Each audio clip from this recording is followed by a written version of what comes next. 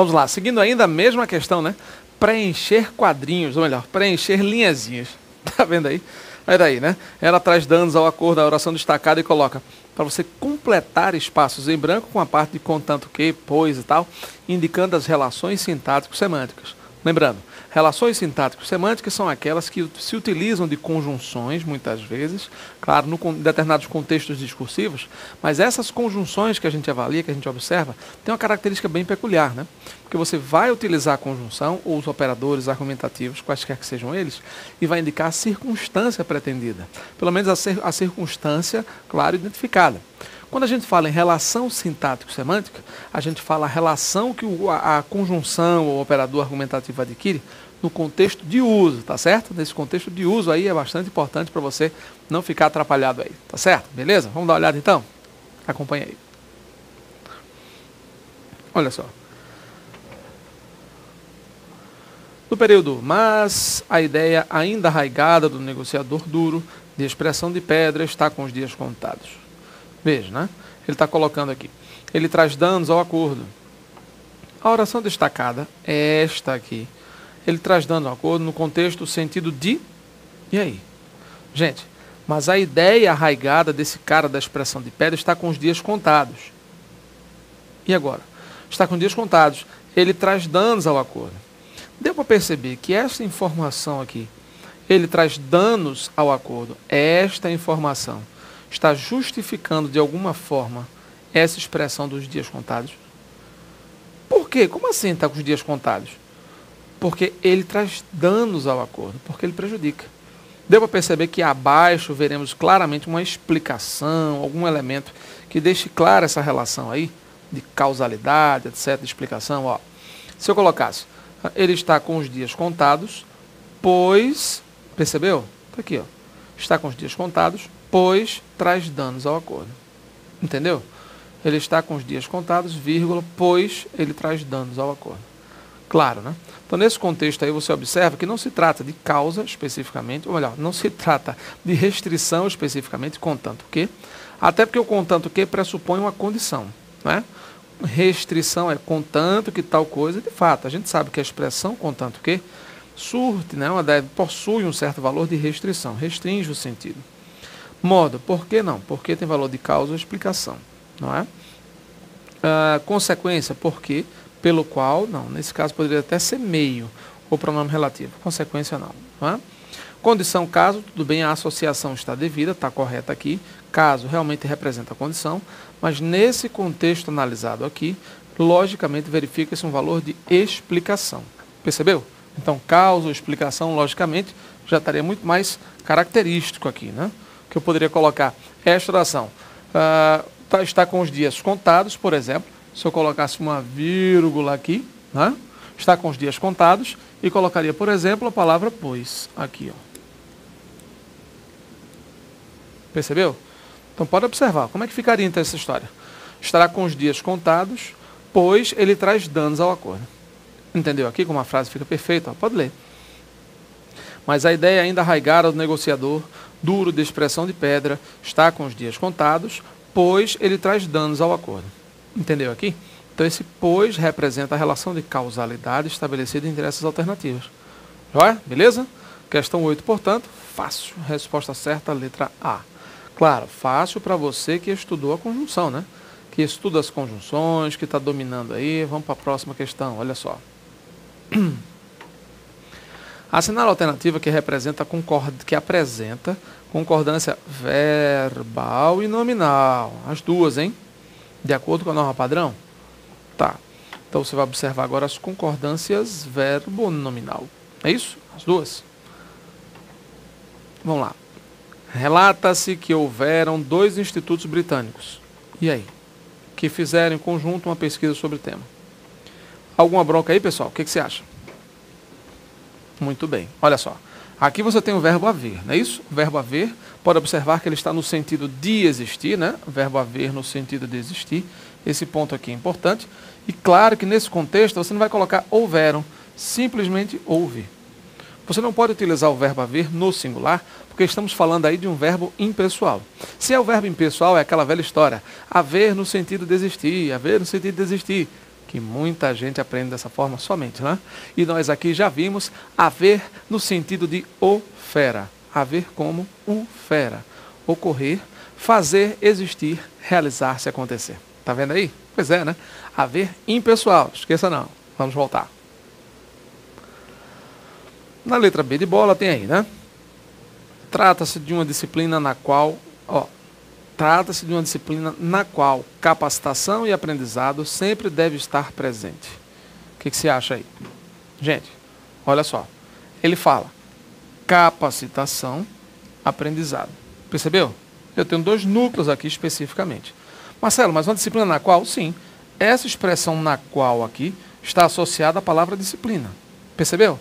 Disciplina, aqui ó, singular. Uma disciplina na qual, então nenhum problema. Uma disciplina na qual capacitação e aprendizado sempre deve estar presente. Gente, sempre devem, deixa eu puxar para cá, né? O Mzinho. Devem estar presentes. Ih, rapaz, toda vez... Se eu clicar com esse negócio perto desse bastãozinho aqui, eu já sei que dá problema. Então deixa eu clicar para cá. Sempre devem estar presentes. Ok? Então, devem estar. Mas por quê? Conta do plural, né, gente? Você tem aqui capacitação e aprendizado presentes. Beleza? Então, muito cuidado com esse contexto aqui, muito cuidado, tá? A concordância do na qual obedece sim à presença da palavra disciplina, capacitação e aprendizado, outra história aí, outro clima. Beleza? Tranquilos? Vamos avançar. Olha só. Vamos lá. No texto, destacam-se alguns resultados da pesquisa sobre atributos do bom negociador. E aí? Pessoal, você tem aí claramente verbo mais si, né? Destacam-se, olha só, sempre que houver verbo mais si, esse si aqui é partícula passivadora, logicamente que esse verbo plural aqui, né? Este verbo aqui, olha só, vamos botar esse negócio. Este verbo, lógico, destacam, que é uma forma plural, vai concordar aqui, ó, com alguns resultados. Tá vendo aqui? Alguns resultados são destacados. Percebeu? Então, o verbo no plural aqui, nesse contexto, obedece a uma relação lógica do sujeito plural. Lembrando, alguns resultados são destacados. É isso? São destacados porque é o presente do indicativo. Tá? Então, é muito comum observar isso aí, tá? Cuidado, cuidado mesmo. Olha aqui, ó. Destacam-se alguns resultados da pesquisa sobre os atributos. Beleza. Então, nesse contexto aqui, o sujeito é plural, lembrando que esse si é partícula passivadora, e, claro, exige o elemento seguinte no plural, né? Então, alguns resultados são destacados. Nesse contexto aqui da letra C, logicamente, resposta certa, né? Letra C, nenhum problema, marca o xizinho aí, tudo certo, beleza? Vamos lá, olha só. E a letra D, professor? Vamos lá. O segredo não é tentar impor ideias que nos convêm. Gente, ideias que nos convêm. As ideias convêm a nós, não é isso? Mas descobrir aquelas que a maioria compartilham conosco. Ih, rapaz. E aí? Percebeu? Então, ó, primeira coisa. Eu tenho aqui, logicamente, né? Quando ele fala ideias, é importante notar. As ideias convêm. Então, logicamente aqui, ó. Ideias é que representa a concordância do convém aqui, tá certo? Ideias que nos convêm, mas descobrir aquelas que a maioria compartilham. Pessoal, a maioria compartilha, não é isso? Singular. Porque concorda logicamente aqui com a palavra maioria, com o núcleo da expressão maioria. Beleza? Então, ó, o segredo é tentar impor ideias que nos convêm, mas é descobrir aquelas em que a maioria compartilha. Maioria singular, compartilha conosco. Joia? E na letra E? Não se impõe ao outro somente nossas ideias. Pessoal, nossas ideias não se impõem. É isso?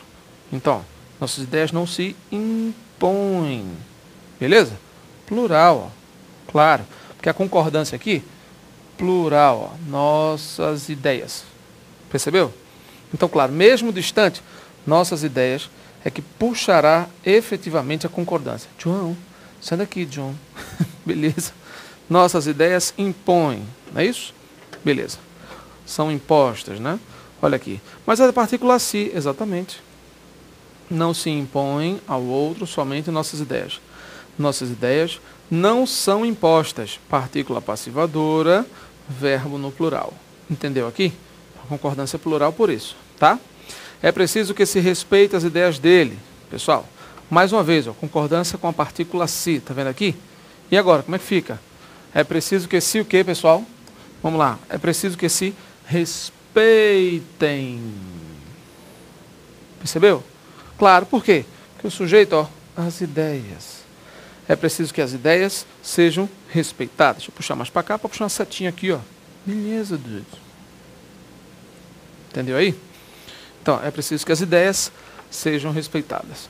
Mais uma vez a concordância, logicamente aí, com a partícula se, indicando partícula passivadora.